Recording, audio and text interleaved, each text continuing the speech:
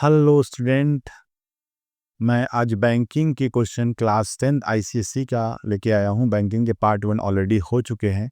इसमें लगभग मैंने 9 क्वेश्चंस ऑलरेडी कर लिए हैं जो प्रीवियस ईयर में पूछे गए हैं। उसका मैंने लिंक डिस्क्रिप्शन बॉक्स में भेज रखा है। मेरे चैनल का नाम एम्बिशन एजुकेयर है। आप लोग से रिक्वेस्ट है कि आप ज़्यादा से ज़्यादा लोग इसको सब्सक्राइब करिए, लाइक करिए और कमेंट जरूर करिए कैसा लग रहा है। मैं हर डे कोशिश कर रहा हूँ कि मेरे वीडियो क्वालिटी इम्प्रूव होती रहे। ठीक है, बाकी चीज़ें हम लोग बाद में बात करेंगे।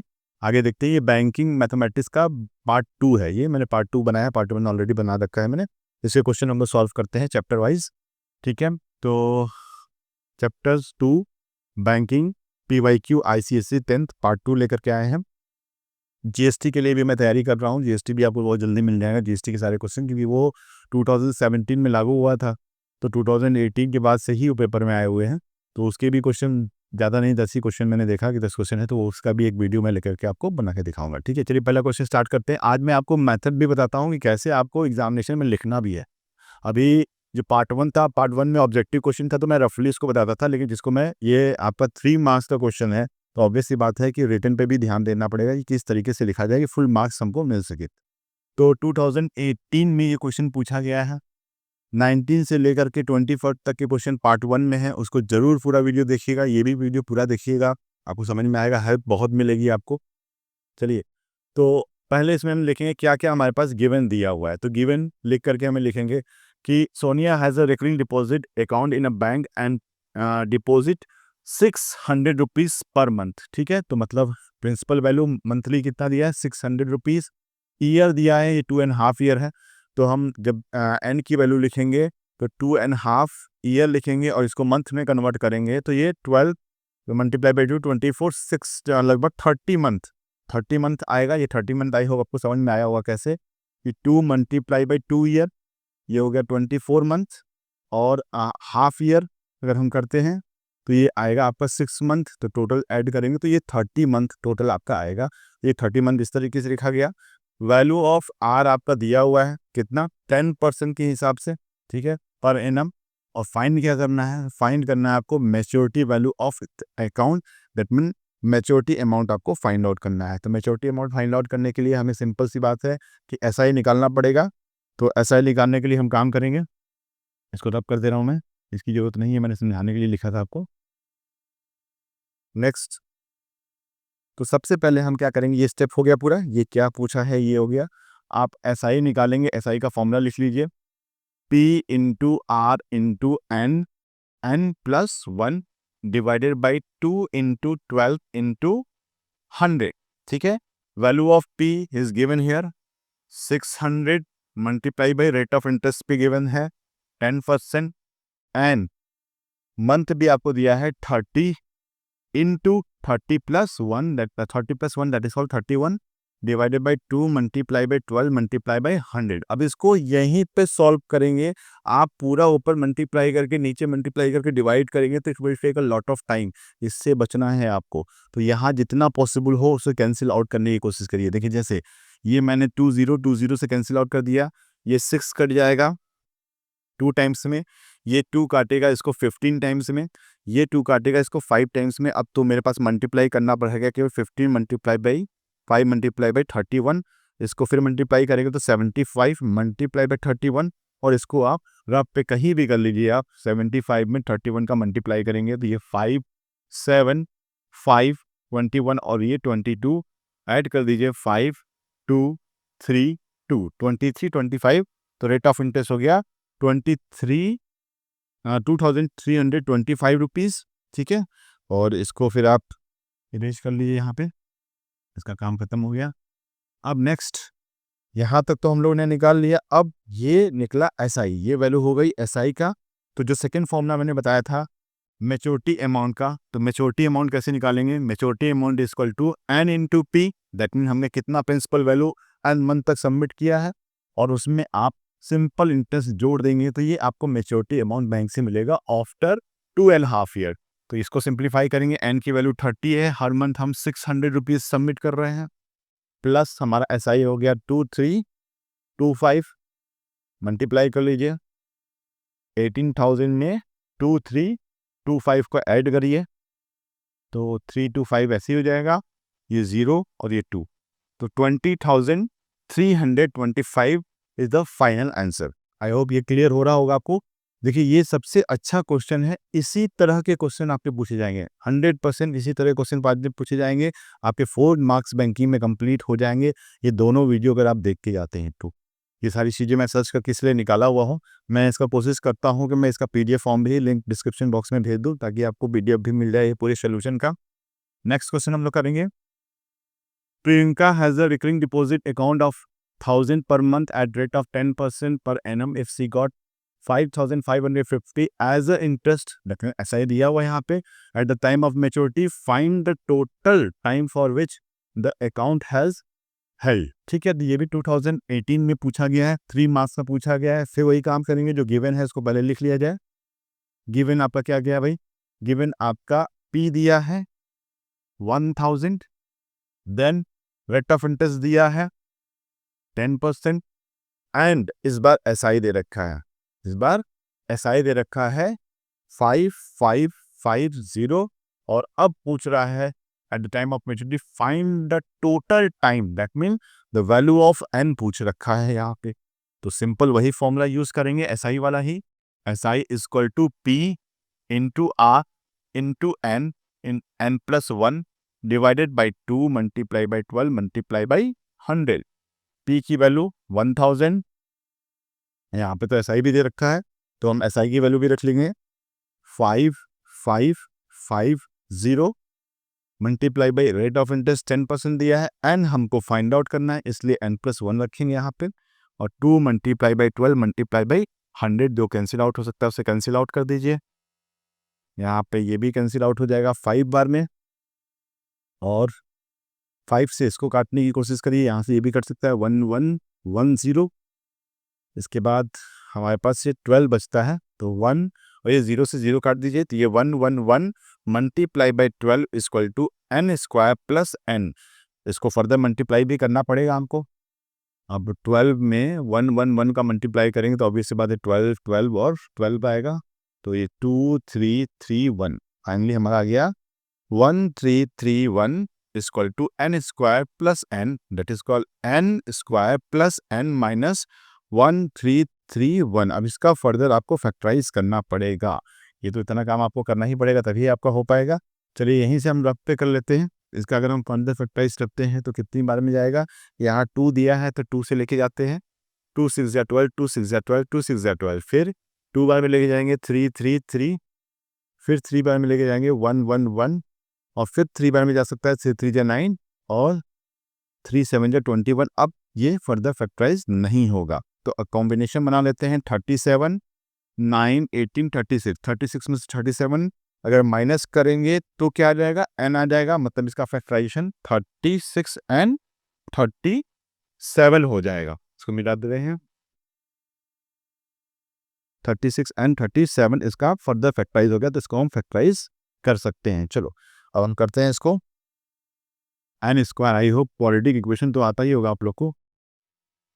36 माइनस 1331, राइट। यहाँ से n कॉमन हो जाएगा, ये हो जाएगा n प्लस 37 माइनस यहाँ से 36 कॉमन ले लीजिए, तो यहाँ भी हो जाएगा n प्लस 37।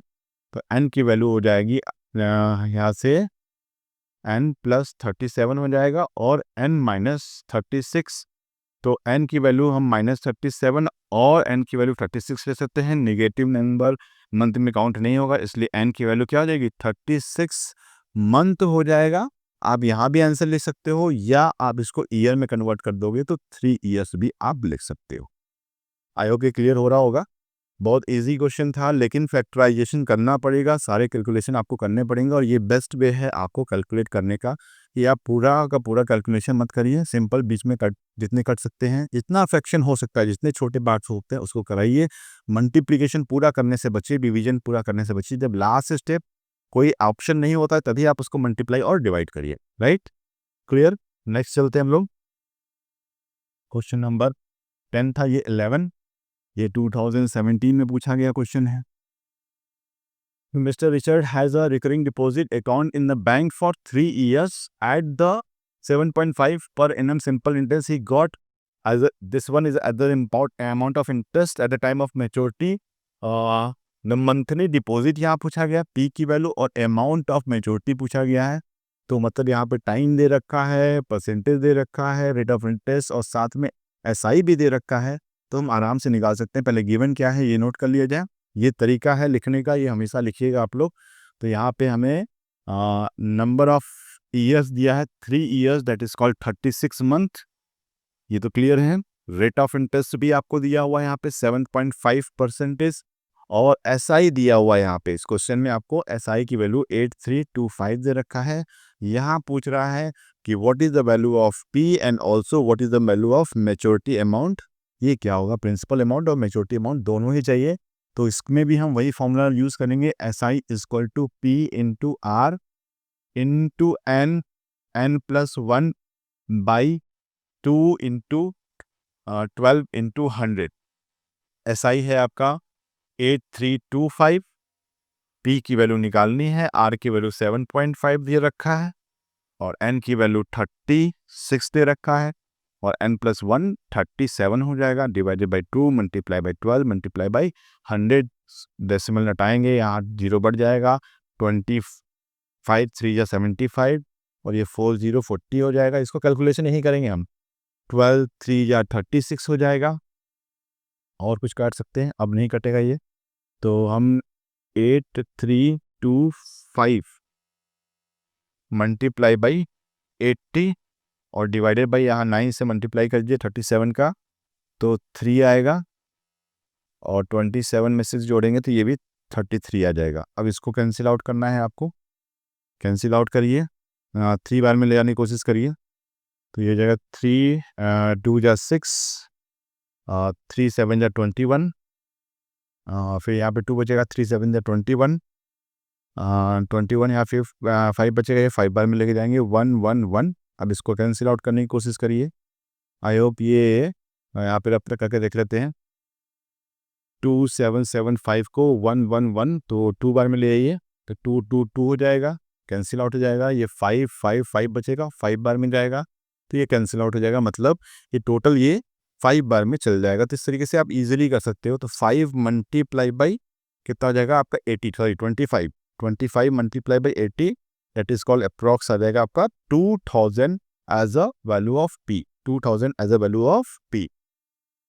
यहाँ तक कभी खत्म नहीं हुआ है, हम लोग को और भी करना पड़ेगा इसको। तो जगह बनाने के लिए मैं इसको इरेज कर दूं।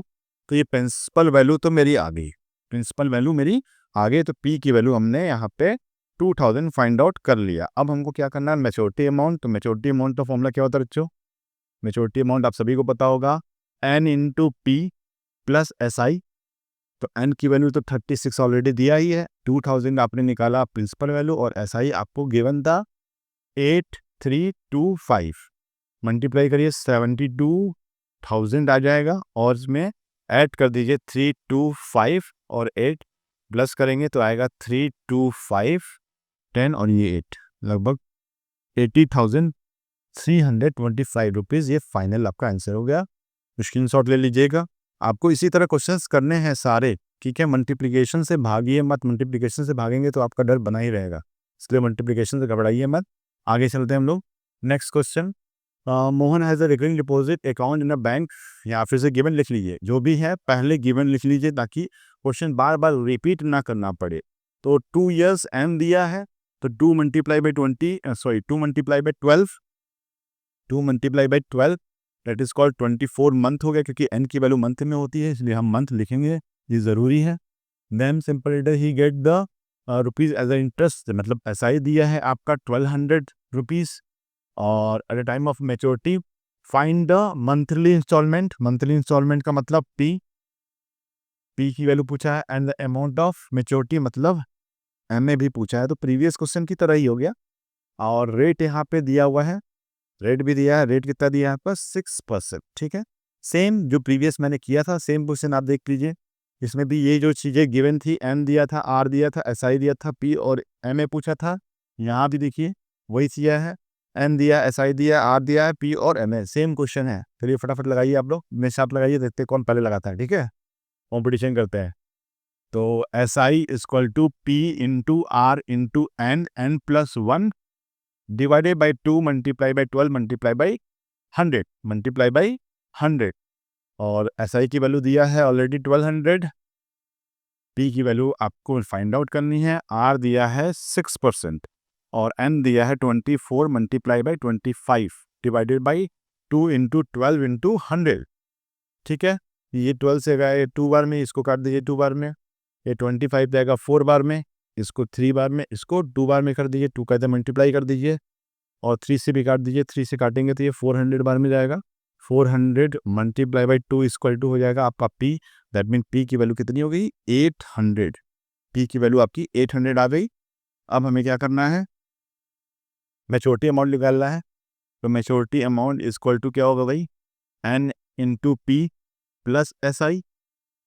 तो N की वैल्यू ऑलरेडी 24 मंथ है, 800 हम लोगों ने निकाला अभी। Value of principal and SI आपका गिवन हो दिया था, SI 1200 ऑलरेडी दिया हुआ था। इसको सिंप्लीफाई करेंगे, 0 0 32 16 और ये 19 हो जाएगा और प्लस इसमें हम 1200 और ऐड कर देंगे, ये 0 0 4 0 और ये 2 हो जाएगा। तो 20,400 रुपीज़ इसका वैल्यू आ जाएगा। ठीक है, आई होप ये भी क्लियर हो गया होगा। नेक्स्ट 16 ईयर 2016 तक हम लोग पहुंच गए हैं और 15 का भी देख लेते हैं। 15 से 25 10 ईयर्स हो जाएगा और इससे पहले भी देखते हैं और कोई क्वेश्चन होगा तो उसको भी सॉल्व करने की कोशिश करते हैं हम लोग। कि कैटरीना ओपन और रिकरिंग डिपॉजिट, भाई नाम पे मत जाना, ठीक है, नेशनलाइज बैंक और द पीरियड ऑफ 2 ईयर्स। तो हमारे पास गिवन क्या है भाई? गिवन N की वैल्यू 2 ईयर्स दिया है, इसको मंथ में कन्वर्ट कर लेंगे, that is called 24 month. That is 24 month, 24 month हो गया ये। और रेट ऑफ इंटरेस्ट यहाँ पे दिया है, R की वैल्यू दिया है 6% और इंस्टॉलमेंट जो मंथली देते हैं वो 1000 रुपीज़ दे रखा है। Interest on in 2 year, that mean SI पूछा है यहाँ पे, सिंपल, बहुत सिंपल क्वेश्चन है। और पूछा है कि मैच्योर वैल्यू क्या होगी, दैट मीन मैच्योरिटी अमाउंट क्या होगा। तो ये तो आराम से फॉर्मूले में ही रख लेंगे तो मिल जाएगा। तो ये 4 नंबर इतनी आसानी से आपको मिल सकता है कि आप इसकी उम्मीद भी नहीं कर सकते, बस कैलकुलेशन सही करना। कैलकुलेशन जहाँ मिस्टेक करोगे पूरा मेहनत पानी में चला जाएगा भाई, ठीक है।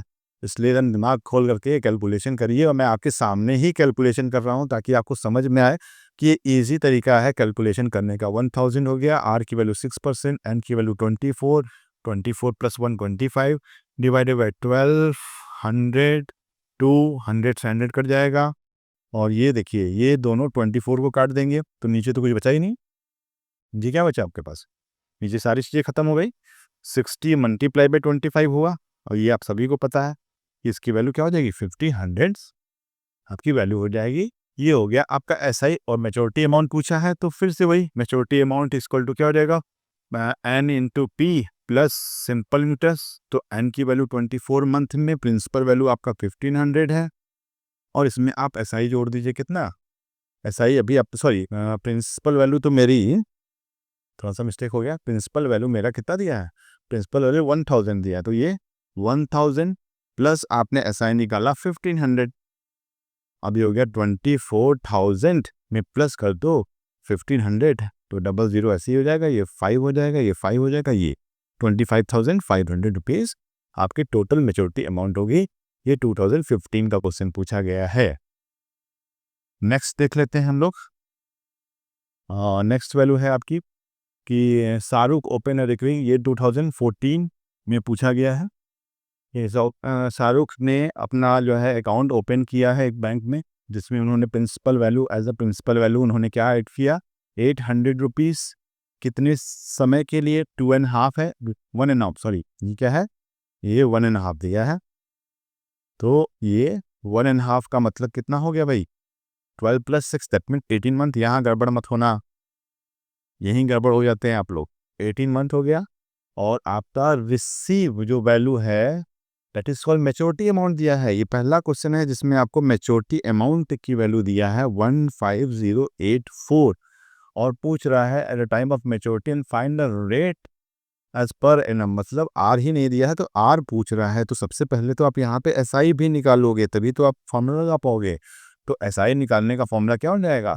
यहाँ पे मैच्योरिटी अमाउंट में से एन टू पी को माइनस करेंगे तो मैच्योरिटी अमाउंट है आपका 15084 में से एन दिया है आपका 18 मंथ और प्रिंसिपल वैल्यू कितना दिया है 800।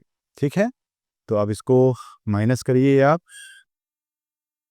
18,064 और ये 140, तो माइनस करेंगे तो ये हो जाएगा 48, यहाँ पे से 6 में से ये जाएगा 10 में से 6 बचेगा और ये कट जाएगा। ठीक है, इतनी वैल्यू आएगी एज अ इंटरेस्ट। अब फिर आप एस आई का फॉर्मूला लगा दीजिए, S I equal to P into R into N plus 1 upon में 2 इंटू 12 इंटू 100।